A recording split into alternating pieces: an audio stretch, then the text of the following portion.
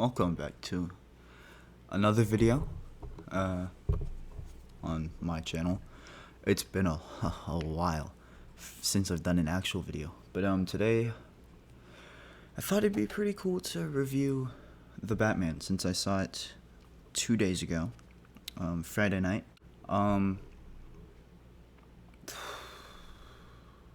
It was so good. I think, by the way, no spoilers at all. I might do a spoiler thing later on. Start out with the casting. I think casting was perfect in this movie. I think everyone was chosen and cast as the correct characters. I think Robert Pattinson was a standout character as both Bruce and Batman. This is the first time I've seen someone completely nail both sides of the characters. And I think it was very cool to watch that span play out over the 3-hour time frame. I think that I think Zoe Kravitz as Catwoman was absolutely incredible. She did so well as this character, as well as Jeffrey Wright as Jim Gordon, Lieutenant, not Commissioner yet. He was absolutely amazing this film, and his relationship with Robert's Batman was one of my favorite parts throughout the entire thing. Andy Serkis as Alfred was absolutely amazing. It was going based off of the Batman Year One Alfred, where he's a lot more of a hardened, grizzled kind of war veteran than this normal butler who was very, very open on his emotions and very connected to Bruce, which I think was a very good dynamic for this universe, and I think very different from everything else we've seen, and played out very well. Paul Dano as the Riddler was terrifying. He's absolutely insane to see on the big screen. And there were parts where his character went from feeling like the Riddler to just an absolute maniac. Like, there were moments where it felt like a full-on horror movie, and we were watching this slasher film, and it was terrifying. And I think that was perfect in this world, and for this version of the character, I think Paul Dano played this character so well. And yeah, that's that. Continue on. We're gonna go into. I guess I'll have to talk about Matt Reeves now, because Lord have mercy, that man. Matt Reeves constructed this 3-hour movie in such a way where it never felt slow. I never once thought, when is this going to end? In fact, by the time I got out of the theater, I was sad that it had ended. If I'm completely honest, I would have rather that go way more than 3 hours. There were and not to put these two at odds with each other, as both are very good very good movies. You can't really, they're so different, even with them being in the same realm, that they're kind of hard to pit against each other. But Zack Snyder's Justice League being 4 hours, there were definitely moments where it felt incredibly slow. And yes, there was a lot of character building in there, but that character building took away from the interest and the speed at which the movie moved. And I feel that Matt Reeves was able to put this movie into 3 hours while not taking away from any character development, and not forcing you to sit there for longer than you felt you needed to, and you definitely got your money's worth. I think the cinematography was absolutely beautiful, and I think Greg Fraser was the guy who did it. He did so well on this movie. Michael Giacchino did, his score was beautiful. It was so gripping, and every single spot that it played in, I think they made they had the perfect choices and the perfect. It was just perfect. The whole thing, it fit together so well. Um, the plot was.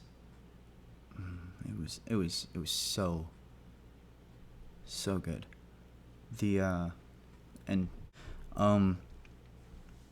I think that, like, where the story started and where it ended and the journey to get there was just magnificent, and I was there the entire ride. It took so many twists and turns that I was not expecting, and even having, like, been in the middle of the community the entire time leading up to this and seeing all of the, like, the leaks and all the like the clips that they had released, all the TV spots, all of that. They still managed to hide so much, and there was, like, the plot was not even anywhere close to it being shown in those leaks and in those trailers and clips. It was just hidden perfectly, and it took a very different direction than I think everyone was expecting it to, and it was just amazing. It was an amazing experience, and I highly recommend it. I'm gonna try and get my parents to take me to go see it a second time, because there's zero way I will be able to watch this just once. It's just that good. Like, there's no way I can do that. There were definitely a lot of Easter eggs within this movie that I heavily enjoyed. It reminded me, and it looked like it took so much inspiration from the Arkham games, which I think is absolutely amazing, because the Arkham games are some of the best Batman. No, they are the best Batman video games ever. They changed the entire superhero video game genre, and they are the basis when you want to make a superhero game. Like the PS4 Spider-Man, it took so much from the combat and the way the game was built and how you moved, all of that. It took so much inspiration from the Arkham games. And to see this movie have so much of that feel and, like, that kind of, I don't know.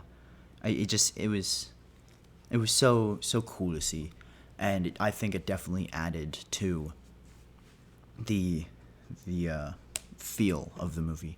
I think Gotham is definitely its own character in this movie. It's very run down and filthy, and at times terrifying, and you can definitely feel the the corruptness and the greed every single shot that we have of the city, and it's amazing. This is by far my favorite Gotham City so far. By far my favorite Batman, my favorite Catwoman, my favorite Riddler, all of that. I think it blows everything we've seen before out of the water. This is the perfect rendition of all of these characters, and just takes what we've seen in the comics and brings it to life in such a real, grounded way, but also such a comic book way that it just feels like the best version of this and the best representation of what we have from the comics we've ever seen. My favorite parts of this movie were definitely the scenes we got with Batman and Gordon, as I said earlier.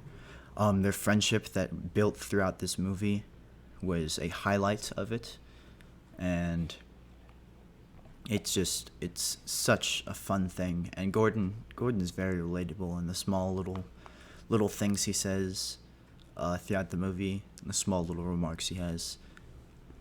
John Turturro as Carmine Falcone, amazing casting. He absolutely blew it out of the water with his character.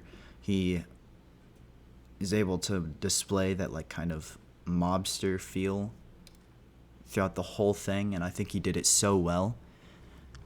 And he definitely, in my opinion, looks just like Carmine from the comics, especially the comics that they took as a basis for this movie. So there's a small thing that you need to stay for. At the very, very end of the movie, after all of the credits, all of that, there's a small everything just played out perfectly, and such a beautiful way. The cinematography, as I said earlier, was just insane. Each shot felt like you could pause it. It was a painting, and everything there was just so well done and so beautifully crafted. And I think Matt Reeves put his heart and soul into this movie, and as did everyone else working on it. I think this was an amazing creative team, and I'm so excited for the sequel to this movie, the Arkham Asylum TV show that they have confirmed, and the Penguin TV show that they're currently writing. I recommend this movie heavily, and yeah, that's really all. It was such an amazing experience. Well, that's really all my thoughts on that without spoiling anything. Like I said, I'll probably release a spoiler review at some point within the next weekend. So let me know if you've seen it, what you've thought about it in the comments without spoiling anything, of course, for the people who haven't seen it. I guess you can subscribe if you want to. Yeah, thank you so much for listening, and definitely go out, buy tickets, and see this movie.